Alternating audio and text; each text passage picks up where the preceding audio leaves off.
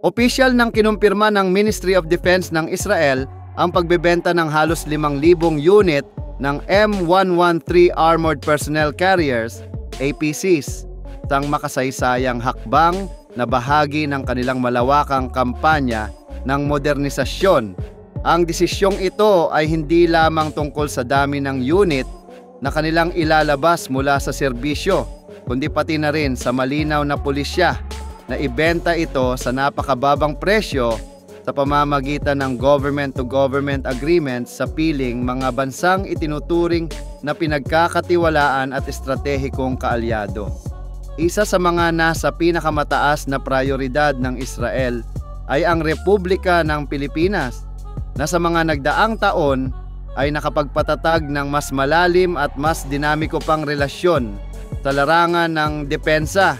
Sa ngayon, ang Pilipinas ay nakinabang na mula sa mga pagbili ng Israeli-made drones, radar systems, missile launchers, at mga makabagong communication equipment. Ngayon, sa pagbubukas ng pinto ng pagbili ng libu-libong APC sa mas murang halaga, maaaring magkaroon ng revolusyonaryong pagbabago ang kakayahang mekanisado ng Philippine Army. Ayon sa mga opisyal ng Israel, ang mga M113 ay ibebenta sa kondisyong as-is, ngunit sa presyong mas mababa ng maraming ulit sa kasalukuyang pandaigdigang merkado. Bagaman ang disenyo nito ay umabot na ng higit sa kalahating siglo, pinatunayan na ng M113 ang matibay na kalidad at kakayahang magamit sa iba't ibang sitwasyon. Kung nanaisin ng Pilipinas, maaaring isailalim sa komprehensibong upgrade ang mga M113. Posibleng idagdag dito ang reactive armor plating para sa dagdag na proteksyon, remote-controlled weapon stations para sa mas epektibong firepower, at advanced communication suites na magbibigay ng mas mataas na koordinasyon sa labanan. Ang ganitong mga modernisasyon ay kayang magpalawig ng bisa ng mga unit ng ilang dekada pa at magdadala ng level ng teknolohiyang karaniwang makikita lamang sa mas bagong henerasyon ng armored vehicles. Para sa Philippine Army, ang pagkakataong ito ay may napakalaking halaga. Ayon sa pagsusuri ng mga defense analyst, sapat ang dami ng mga M113 na ibebenta upang makabuo ng hanggang 100 mechanized infantry battalions. Sa isang bansang may komplikadong heograpiya na binubuo ng higit sa 7,000 isla at humaharap sa iba't ibang internal security threats, ang pagkakaroon ng ganitong dami ng armored mobility ay maituturing na isang game changer.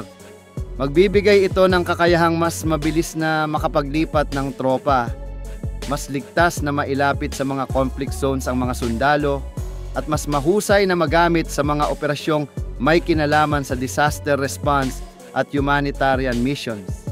Sa madaling salita, hindi lamang sa larangan ng digmaan magiging kapaki-pakinabang ang mga ito, kundi pati na rin sa pagtulong sa mga sibilyan sa panahon ng sakuna. Ang pagbubukas ng pagkakataong ito ay lubos na tugma sa Revised Armed Forces of the Philippines Modernization Program RAFP-MP na naglalayo na itaas ang antas ng kakayahan ng AFP pagdating sa mobility, survivability at force projection. Dahil limitado ang budget ng militar, ang pagkuha ng libu-libong combat-proven APC sa murang halaga ay maituturing na isa sa mga pinakapraktikal at pinakaepektibong paraan upang agad na maisakatuparan ang kanilang mga layunin. Sa halip na gumastos ng bilyon-bilyon para sa brand new platforms, maaari nang makamit ng AFP ang halos katulad na antas ng kakayahan sa mas mababang halaga habang nakikinabang pa rin sa matatag na disenyo ng M113. Mahalagang bigyang diin na ang kasunduang ito ay hindi lamang simpleng bentahan ng kagamitan militar. Isa itong malinaw na patunay ng lumalalim na estratehikong alyansa sa pagitan ng Pilipinas at Israel. Sa mga nagdaang taon, lumawak ang kooperasyon ng dalawang bansa sa larangan ng joint training, defense technology development, intelligence sharing, at maging sa pagpasok ng mga kumpanyang Israeli sa defense industry ng Pilipinas. Ang pagbebenta ng M113 ay magpapatatag pa sa tiwala ng dalawang bansa sa isa't isa at magbibigay ng malinaw na mensahe na handa silang magtulungan para sa mas ligtas at mas matatag na rehiyon. Gayunpaman, maikli lamang ang bintana ng pagkakataon. Dahil sa tumataas na demand sa buong mundo para sa mga surplus armored vehicles bunsod ng umiigting na tensyon sa iba't ibang rehiyon, kailangang kumilos agad ang Maynila. Kung hindi ito tatapatan ng mabilis na desisyon, posibleng maagawan ang Pilipinas ng ibang bansang interesado. May mga ulat din na maaaring ialok ng Israel ang concessional financing at long-term payment arrangements upang mas mapagaan ang pasaning pinansyal ng mga bibili na maaaring maging malaking tulong para sa Pilipinas.